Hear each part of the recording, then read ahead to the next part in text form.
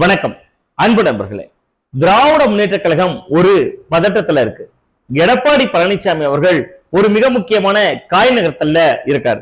விஜய் என்ன ட்விஸ்ட் வைக்க போறாரு? இந்த முக்கோண புள்ளியை நோக்கிதான் தமிழக அரசியல் களம் இன்னைக்கு மாறி இருக்கு. வாங்க இதை பத்தி முழுசாவே தெரிஞ்சுக்கலாம். அதிமுக என்பது தமிழ்நாட்டை கிட்டத்தட்ட 31 வருடங்கள் ஆண்ட ஒரு இயக்கம். தான் உயிரோடு இருக்கிற வரைக்கும் விஜய் ஜெயலலிதா அவர்கள் ஒரு அசைக்க முடியாத அரசியல் சக்தியா இருந்தாங்க. இன்னொன்று எம்ஜிஆர் அவருடைய அதிமுக காலம். எம்ஜிஆர் உயிரோடு இருந்தவரை திமுகவால ஆட்சி கட்டில் அப்படிங்கிற ஒன்றை கற்பனை கூட செய்து பார்க்க முடியல. எம்ஜிஆர் 1977 ஆட்சிக்கு வந்த நாள் முதல் அவர் மறைகின்ற வரைக்கும் அவர் தமிழகத்தினுடைய முதல்வராக இருந்தார். வேற எந்த நபர்களுக்கும் இப்படியான ஒரு பெருமை கிடைத்ததே இல்லை. விஜய் ஜெயலலிதா அவர்கள் கூட எதிர்கட்சியாகவும் இருந்திருக்காங்க, ஆளுங்கட்சியாகவும் இருந்திருக்காங்க, மாறி மாறிதான் இருந்திருக்காங்க. அதே போன்றுதான் விஜய் ஜெயலலிதா அவர்கள் தொடர்ந்து பேசுகிற அப்படின்னு சொல்லுவாங்க, எனக்கு பின்னால் இன்னும் 100 ஆண்டுகளுக்கு இந்த இயக்கம் இருக்கும் அப்படின்னாங்க. ஆனால் அந்த இயக்கம் இருக்கிறது வலுவாகத்தான் இருக்கு. எடப்பாடி பழனிசாமி அவர்கள் வசம் இருக்கு. ஒரு 21% ஓட்டை நடந்து முடிந்த பாராளுமன்ற தேர்தலையும் காட்டினாங்க. ஆனா அந்த கட்சியில் இருந்த ஓபிஎஸ் வெளியேறிவிட்டார், டிடிவி தினகரன் வெளியேற்றப்பட்டு விட்டார். டிடிவி தினகரன் தனியாக அம்மா மக்கள் முன்னேற்ற கழகம் ஆரம்பித்திருக்கிறார். விஜய் ஜெயலலிதாவுடைய நிழலாக வளம் வந்த சசிகலா அவர்கள் இப்பொழுது ஒதுங்கி நிற்கிறார். ஆனால் அவர் தான் பொதுச் செயலாளர், அவர் கிளைம் எடுத்துட்டு இருக்காரு. இப்படி பல்வேறு சிக்கல்கள் எடப்பாடி பழனிசாமி அவர்களுக்கு. ஒவ்வொருவரும் அவருக்கு எதிரான அரசியல் செய்யறதிலே பெரும்பகுதி நேரத்தையும் செலவு செய்யறாங்க. இந்த நேரத்துலதான் கடந்த 4 மாதங்களுக்கு முன்பு வரை அரசியல் களத்துல திமுகவுக்கு எதிரிகளே இல்லை அப்படிங்கிற அளவுக்கு இருந்தாங்க. இன்னும் சொல்ல போனா திமுக ஒரு கோஷத்தை முன் வச்சாங்க. 200 சீட்டுக்கு மேல ஜெயிப்போம் அப்படிங்கிறத தொடர்ச்சியா தமிழக முதல்வர் மு.க. ஸ்டாலின் அவர்களும் பேசி வந்தார். இது எல்லாமே விஜய் களத்திற்கு வருவதற்கு முன்பாக. விஜய் களத்திற்கு வந்த பின்னர் போட்டி களம் கொஞ்சம் கூர்மையாக மாறுச்சு. திமுக வெர்சஸ் அதிமுக என்று இருந்த அந்த களம் திமுக வெர்சஸ் அதிமுக வெர்சஸ் தாவேக அப்படின்னு மும்முனை போட்டியாக மாறுச்சு. ஆனாலும் திமுக அதை கைதட்டி ரசிக்கதான் செஞ்சாங்க. காரணம் இருக்கு. என்ன காரணம் அப்படின்னு பாத்தீங்கன்னா, திமுகவுக்கு எதிராக அதிமுக வலிமை பெற்றால்தான் வெற்றி பெற முடியும். ஆனா தாவேக படிப்படியாக வலிமை பெற்று வருவது 26 தேர்தல் களத்துல ஆளுங்கட்சிக்கு எதிரான ஓட்டை சிதறடிக்கும் அப்படிங்கிற ஒரு கால்குலேஷன். திமுகவுக்கு எதிர்ப்பு ஓட்டுகளை அதிமுக தலைமையில் அமைந்திருக்கக்கூடிய அதிமுக பாஜக அலையன்ஸும் பெறுவாங்க. அதே மாதிரி தமிழக வெற்றி கழகமும் பெறும். அதே மாதிரி நாம் தமிழர் கட்சியினுடைய சீமான் அவர்களும் பெறுவாங்க. இதுதான் திமுகவினுடைய ஒரு பிளஸ் பாயிண்டாக இருந்தது.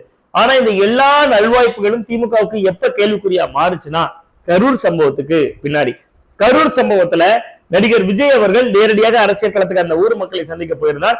41 பேர் அதுல உயிரிழந்தாங்க. அதுல விஜய் பக்கம் தவறா, தமிழக அரசினுடைய காவல்துறை சரியா கையாளலையா என்று ஒரு பஞ்சாயத்து நடத்தக்கூடிய அளவிற்கு, ஒரு பட்டிமன்றமே நடத்தக்கூடிய அளவுக்கு 2 தரப்பினரும் மாறி மாறி குற்றச்சாட்டுகளை தெரிவிச்சுக்கிறாங்க. இப்படி நிலைமை போய்கிட்டு இருக்கிறப்பதான் விஜய் அரசியல் களத்துல விஜய் தான் யாரு அப்படின்னு அந்த மேட்டர்ல ப்ரூவ் ஆச்சு. என்னன்னா, அவ்வளவு பெரிய துயர சம்பவம் நடந்த போது விஜய் கரூர்ல தங்கல. கரூர்ல ஏன் இல்ல என்கிற ஒரு கேள்வி எழுந்தது. விஜய் கட்சியினுடைய 2ஆம் கட்ட தலைவர்கள் அங்கு செல்லல, ஏன் செல்லல என்கிற ஒரு கேள்வி எழுந்தது. 2ஆம் கட்ட தலைவர்கள் மீது வழக்கு பதிவு செய்யப்பட்டிருக்கிறது. அவர்கள் எல்லாம் தலைமறைவா இருக்காங்க. அரசியல் கட்சியை பொறுத்தவரை ஒரு கைது நடவடிக்கை என்பது மிக முக்கியமான ஒரு நடவடிக்கை. அவர்கள் யாராவது அப்படி தலைமறைவா யாருமே இருக்க மாட்டாங்க. இன்னொன்று, தேர்தல்ல நீங்க சீட்டு கேட்கிற பொழுது கட்சிக்காக எத்தனை முறை கைது செய்யப்பட்டிருக்கிறீர்கள், கட்சிக்காக எத்தனை போராட்டங்கள்ல கலந்திருக்கீங்க அப்படிங்கிற ஒரு கேள்வி வேட்பு மனுல இருக்கும், அதாவது விருப்ப மனுல இருக்கும். சோ இது அரசியல் கட்சியினர் கைதாவதற்கு விரும்புவார்கள். தமிழக அளவுல நம்முடைய பெயர் பிரபலமாகும் நினைப்பாங்க. அது துயர சம்பவமா இருந்தாலும் கூட அந்த நேரத்துல களத்துல நாங்க நின்றோம் என்பதை பதிவு செய்ய விரும்புவாங்க. அதுதான் பிற்காலத்துல அமைச்சராவதற்கான ஒரு தகுதியா இருக்கும், எம்எல்ஏ ஆகிறதுக்கான ஒரு தகுதியா இருக்கும். ஆனா அதெல்லாம் செய்யாம தாவேகாவினர் களத்துல இல்ல. விஜய் குழம்பிய நிலையில் இருக்கிறாரு. என்ன முடிவெடுப்பது என்று தெரியவில்லை. இந்த நேரத்துலதான் எடப்பாடி பழனிசாமி அவர்கள் தொடர்ந்து விஜய் ஒரு நார்மலைஸ் பண்ணிட்டு இருக்காரு. விஜய் மேல தவறு இல்ல, தமிழக அரசுடைய தவறு, சட்டம் ஒழுங்கு பிரச்சனை, எல்லாமே காவல்துறை தான் காரணம் அப்படின்னு பேசிட்டு இருக்காரு. அதுக்கு அவருக்கு கை மேல பலனும் கிடைக்குது.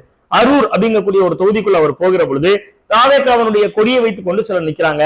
தர்மபுரி தொகுதிக்குள்ள அவர் போகிறப்ப, தர்மபுரி மாவட்டத்துல மன்னிக்கணும் போகிற பொழுது, தர்மபுரி மாவட்டத்துல விஜயை வரவேற்று பிளெக்ஸ் வைத்ததை போல எடப்பாடி பழனிசாமி அவர்களை வரவேற்று தாவேகாவினர் பிளெக்ஸ் வைக்கிறாங்க. இதெல்லாம் என்ன வகையான அரசியல் என்பது தெரியல. நேற்று அதே போன்று குமாரபாளையம், நாமக்கல் மாவட்டம் குமாரபாளையத்துல எடப்பாடி பழனிசாமி அவர்கள் பிரச்சாரம் செய்கிற போது அங்கும் ஒரு இளைஞன் தாவேகா கொடியோடு கையை காட்டுகிறார். உடனே எடப்பாடி பழனிசாமியோடு இதோ பாருங்க கூட்டணிக்கு பிள்ளையார் சொல்லி போட்டாச்சு என்றெல்லாம் பேசுகிறார். இப்ப திமுகவுக்கு இதுலதான் சவால்கள் ஆரம்பிக்குது.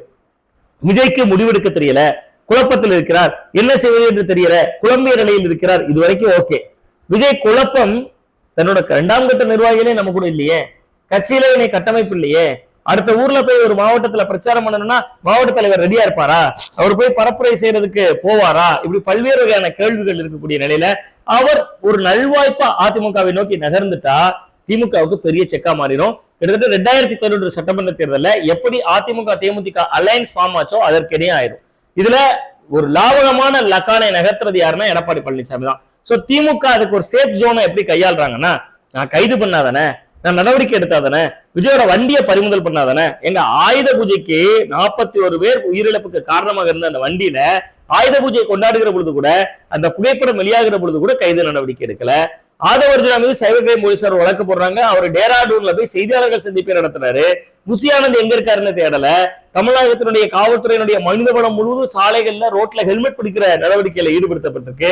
ஏன் திமுக அரசு நடவடிக்கை எடுக்கல அப்படின்னா, ஒருவேளை நடவடிக்கை எடுக்கப்பட்டு விட்டால், விஜயை கைது செய்துட்டா, விஜய்க்கு இருகலான ஒரு பிடியை கொடுத்துட்டா, அதுவே அவரை அதிமுக பக்கம் நோக்கி நகர்த்திருச்சுன்னா, சில நேரங்களில் செயல்படுவதை விட செயல்படாமல் இருப்பதே சிறந்தது அப்படின்னு ஒரு பெரிய தத்துவம் இருக்கு. அப்ப செயல்படுவது அப்படிங்கறத திமுக அரசு செயல்பட்டாங்க. எங்க செயல்பட்டாங்க? கரூர்ல ஒரு பிரச்சனை ஏற்படுகிறது. கரூருக்கு முதல்வர் இரவோடு இரவாக போகிறார். அடுத்த நாள்ல எடப்பாடி பழனிசாமி அவர்கள் போனா கிளைம் அவருக்கு விழுந்துரும், அவருக்கு சைடு சாதகமாயிரும். முதல் நாள் இரவே போறாரு. வெளிநாட்டு பயணத்துல இருக்கக்கூடிய உதயநிதி ஸ்டாலின் போறாரு. உள்ளூர்ல இருக்கக்கூடிய செந்தில் பாலாஜி அவர்கள் களத்துல நிக்கிறாரு, தண்ணீர் பாட்டில் கொடுக்கிறாரு, மக்களோட களத்துல நிக்கிறாரு. அந்த வகையில திமுக அரசுக்கு பாராட்டுகள். பட் அதற்கு அடுத்த கட்ட கைது நடவடிக்கைகள் எடுக்காம இருக்கிறதுக்கு காரணம் என்ன அப்படின்னு நீங்க பாத்தீங்கன்னா, முழுக்க முழுக்க இதனுடைய காரணம் 100% ஒருவேளை அதிமுக கூட்டணி பலம் பெற்றுவிடக் கூடாது அப்படின்னு நினைக்கிறாங்க. அது ஒன்று முக்கியமானது. ரெண்டாவதா திமுக இதுல காத்திருந்து வேடிக்கை பார்க்கிறாங்க. வேற வழி இல்லை அவர்களுக்கு. விஜய் வைக்க போற ட்விஸ்ட் என்ன அப்படிங்கறதுலதான் இனி வரும் சவால்கள் இருக்கு. விஜய் என்ன ட்விஸ்ட் வைக்க போறாரு? ஒருவேளை எடப்பாடி பழனிசாமி அவர்கள் பின்னால் நின்று கொண்டு அண்ணா அப்படின்னு வாங்கினா வணக்கங்கண்ணான்னு பின்னாடியே போயிட்டாருன்னா அந்த அணி ஆட்சிக்கு வந்துவிடும். ஒருவேளை விஜய் அப்படி அணி சேராமல் தனித்து களம் காண்பார் அப்படின்னா, விஜயால் நாம் முன்பு கற்பனை செய்து வைத்திருந்த ஒரு பெரிய மார்ஜினான ஓட்டை எடுக்க முடியுமா? ஏன்னா முன்பு பேசணும், சீமானினுடைய ஓட்டெல்லாம் சோழி முடிக்க போறாருன்னு பேசணும். ஆனால் இந்த பிரச்சனையில களத்தில் விஜய் இல்லை. சீமானுக்கு ஓட்டு போடுறவங்க யாரு? மாற்று சக்தின்னு மட்டும் பார்க்கல, ஒரு அறிவார்ந்த தமிழ் சமூகமும் அவருக்கு பின்னால் இருந்தாங்க அந்த 8%. சோ அந்த ஓட்டை விஜயால் இனிமேல் சேதப்படுத்த முடியுமா? நடுநிலை வாக்காளர்கள் மத்தியில விஜயால் சேதத்தை ஏற்படுத்த முடியுமா என்பது உள்ளிட்ட பல்வேறு கேள்விகளும் இருக்கு. ஒருவேளை விஜய் அதிமுகவோடு கைகோர்த்தால் அது விஜய்க்கும் பலம், அதிமுகவுக்கும் பலம். ஒருவேளை விஜய் அதிமுகவோடு கைகோர்க்காமல் தனித்து களம் காண்டால் விஜய்க்கும் நஷ்டம், அதிமுகவுக்கும் நஷ்டம். ஆனா அதற்குள்ள அதிமுக ஒரு சின்ன காய் நகர்த்தல் இருக்கு.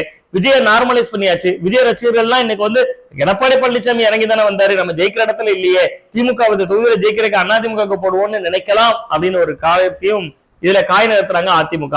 எது எப்படியாக இருந்தாலும் விஜய் வைக்க போகிற ட்விஸ்ட்ல விஜய் தான் மைய புள்ளியாக 2026 சட்டமன்ற தேர்தலில் இருக்க போகிறார் அப்படிங்கிறதா தான் இதை நம்ம புரிந்து கொள்ள வேண்டியிருக்கு. சோ விஜய் என்ன முடிவு எடுப்பார் அப்படிங்கிறதா இந்த அரசியல் களத்தினுடைய மைய புள்ளி. நம்மளுடைய பார்வை, விஜய் என்ன முடிவு எடுப்பார்? ஒரு பக்கம் பாஜக இருக்கிறது, அதிமுக பாஜக கூட்டணி இருக்கிறது.